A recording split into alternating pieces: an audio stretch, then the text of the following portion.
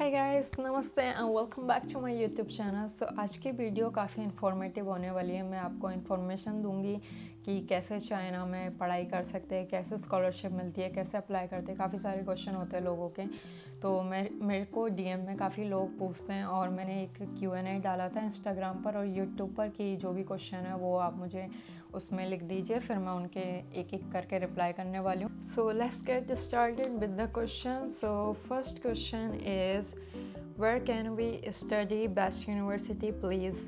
सो best university China में है Peking university, Tsinghua university and और भी यूनिवर्सिटी है, लेकिन जो टॉप 3 यूनिवर्सिटी होती हैं उनमें एडमिशन लेना काफ़ी हार्ड होता है। Document for getting in. So document are like your passport, your degree certificate, your transcript and SOP, LOR and medical certificate and जो additional certificate होते हैं like sports और कोई भी एक्टिविटी वगैरह के वो भी चाहिए।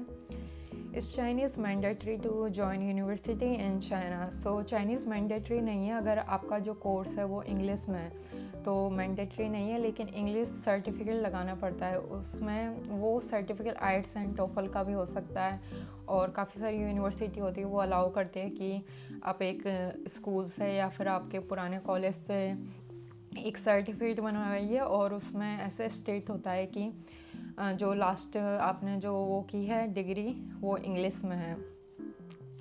How to apply for this scholarship, do you get monthly stipend, if yes how much.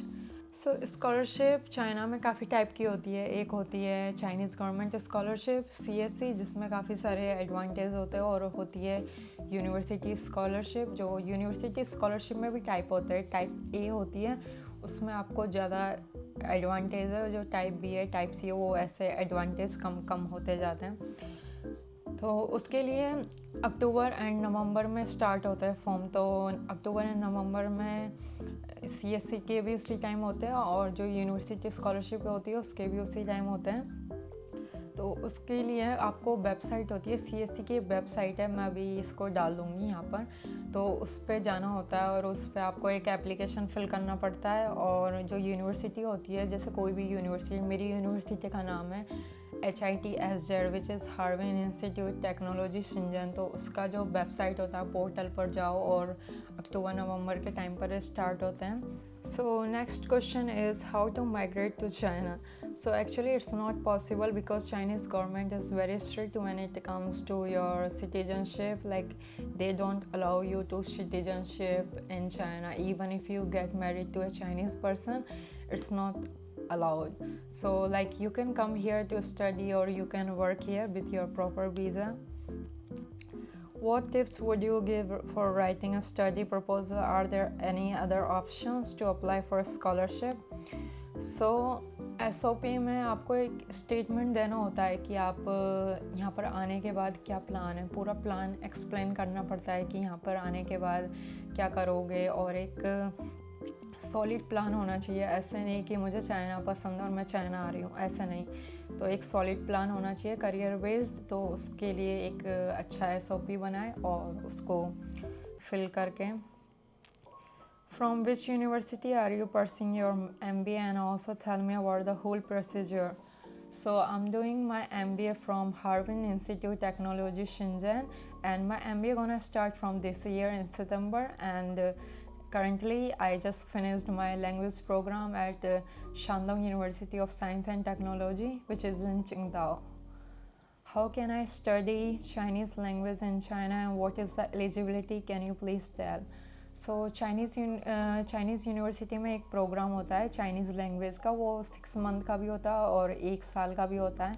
तो उसके लिए आपको अप्लाई करना पड़ेगा और एडमिशन होने के बाद यहाँ पर आए। फिर उसके एलिजिबिलिटी उसके लिए कुछ नहीं होती ज़्यादातर, 12th पास होने चाहिए और अच्छे खासे मार्क्स चाहिए, मतलब कि ऐसे भी नहीं बिल्कुल लो मार्क्स है तो उससे एडमिशन नहीं हो पाएगा। सो next question is how do you do online payment in China through GPay, or you have bank account there too?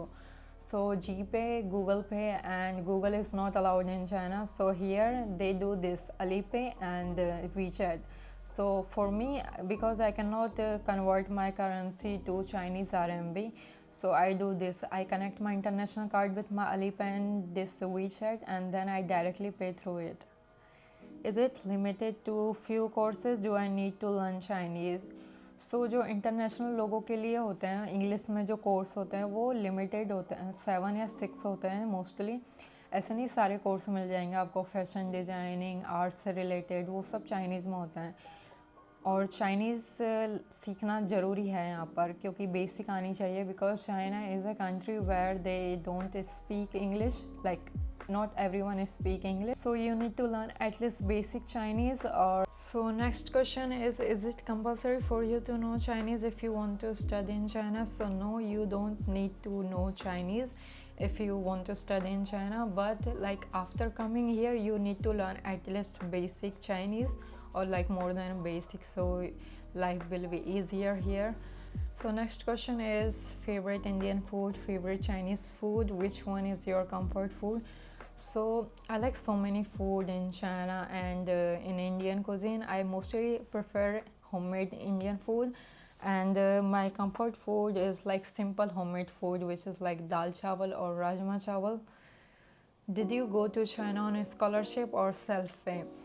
सो मेरी जो स्कॉलरशिप है वो ओनली ट्यूशन कवर करती है, और जो बाकी एक्सपेंस होते हैं लाइक रहना, डोमेट्री फ़ी, डोमेट्री में भी मेरे को मिला था 3,500 स्टाइपेंड।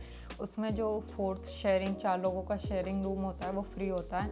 तो जब मैंने ये सिंगल रूम चूज़ किया था तो इसमें वो मेरे अमाउंट जो 3,500 RMB होते हैं, जो 45,000 इंडियन रुपीज़ होता है अराउंड, वो डिडक्ट होकर जो भी था एक्स्ट्रा वो मुझे खुद को पे करना पड़ा था।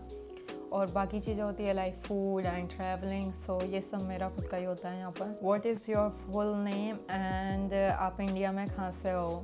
सो my full name is Ekta, like my passport also have this EKTA, Ekta, and I am from Rajasthan, India. Language warrior, vegetarian food, scholarship, best finance university, safety, expense, so many questions. So language warrior यहाँ पर होता है क्योंकि China में काफ़ी सारे लोग होते हैं उनको बस चाइनीज़ ही आती है, इंग्लिश नहीं आती है, तो लैंग्वेज वॉरियर होता है अगर किसी को चाइनीज़ नहीं आती है। और वेजिटेरियन फूड के ऑप्शन यहाँ पर होते हैं, यहाँ पर काफ़ी सारी वेजिटेबल मिलती है, लेकिन जैसे कि आप रेस्टोरेंट में जाओगे तो वहाँ पर ऑप्शन काफ़ी कम होते हैं। कैंटीन में मिल जाता है, कैंटीन जो होती है यूनिवर्सिटी की उसमें काफ़ी सारे वेजिटेबल्स के ऑप्शन होते हैं। एंड अगर किसी को कुकिंग आती है तो बहुत ही अच्छा है, वो सब कुक कर सकता है क्योंकि यहाँ पर सारी वेजिटेबल और सब कुछ मिलता है। Is it safe? Yes, it's really safe in China. Like I can go around anywhere, like alone at night also. It's very safe in China. Scholarship and traveling process. So scholarship यहाँ पर CSC सबसे popular scholarship है। अगर उसके वो नहीं मिलती है तो फिर जो चाइनीज़ यूनिवर्सिटी होती है उनकी खुद की अलग अलग स्कॉलरशिप होती है, तो उनके लिए अप्लाई करें। What is the next step after getting selected for scholarship? Scholarship के बाद आपको एक यूनिवर्सिटी से एक नोटिस आएगा, एडमिशन नोटिस, और उसके साथ एक वीज़ा का फॉर्म आएगा, तो उसके लिए वीज़ा अप्लाई करना पड़ता है। इंडिया में एम्बेसी है चाइना की, तो वहाँ पर वीज़ा के लिए अप्लाई करें और फिर उसके बाद फ़्लाइट बुक करके और China. Criteria like percent, is it must, how much you spend a day, also for job and any language warrior. So like you need at least 70 to 80%. How much I spend in a day, it depends. Like sometimes I spend a lot of money, sometimes I don't spend anything, I just stay here and don't do anything, so it depends. How to get a fully funded scholarship for UG? So bachelor के लिए scholarship fully funded जो इसमें सब कुछ cover होता है वो बहुत कम ही यूनिवर्सिटी देती हैं, तो ज़्यादातर मास्टर के लिए और PhD के लिए ज़्यादा स्कॉलरशिप होती है जो बहुत ही सब कुछ उसमें कवर करती है। Do they ask for any document और certificate while applying? Yes, a lot of document and certificate you need. Can we do bachelor with scholarship and what are the criteria where should be apply? So bachelor कर सकते हैं, master भी कर सकते हैं और PhD भी कर सकते हैं। तो इसके लिए आपको अप्लाई करना पड़ेगा यूनिवर्सिटी पोर्टल पर। अगर CSC के लिए अप्लाई कर रहे हो तो CSC के पोर्टल पर भी अप्लाई करना पड़ेगा और यूनिवर्सिटी के उस पर भी। How to find good university giving fully funded scholarship? How to approach a professor through online?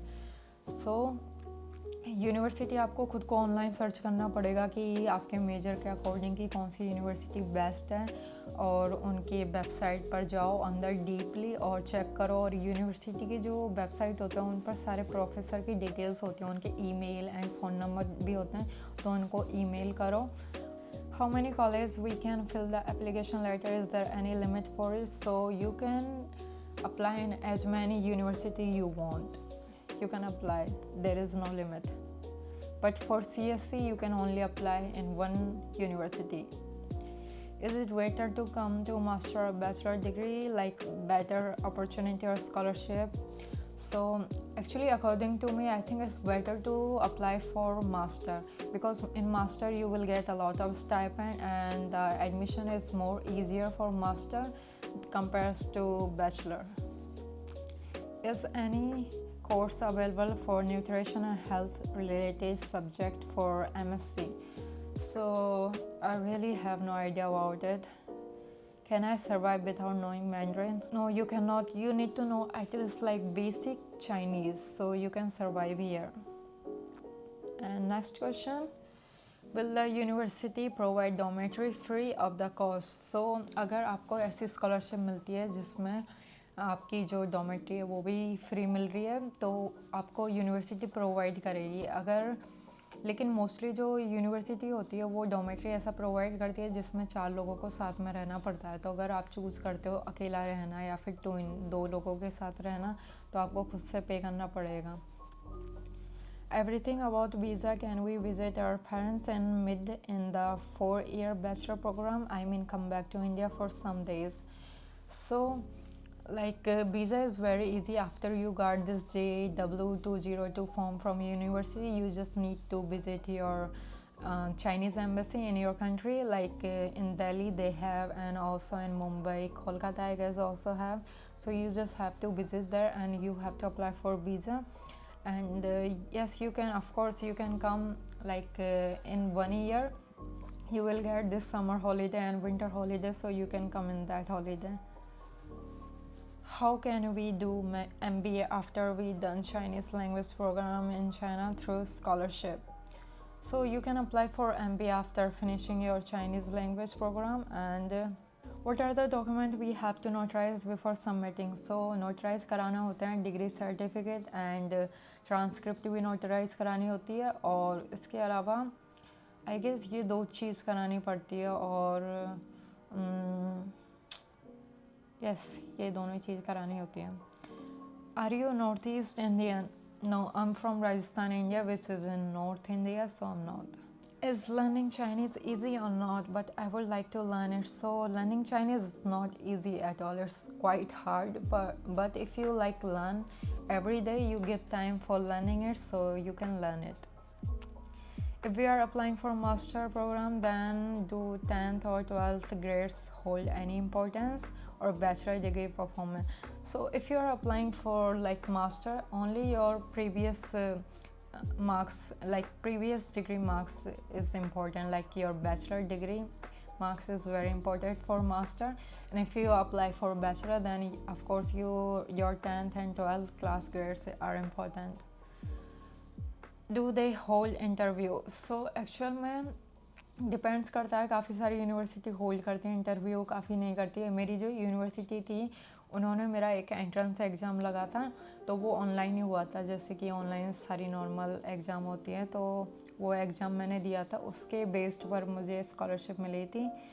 When and how to apply for dormitory? So admission होने के बाद जुलाई के लास्ट में या फिर अगस्त में आने से कुछ टाइम पहले ही आपको एक ईमेल आएगा यूनिवर्सिटी से, तो उस टाइम डॉर्मेट्री होती है वो बुक करनी पड़ती है, एक फॉर्म फिल करना पड़ता है, एक एग्रीमेंट टाइप का।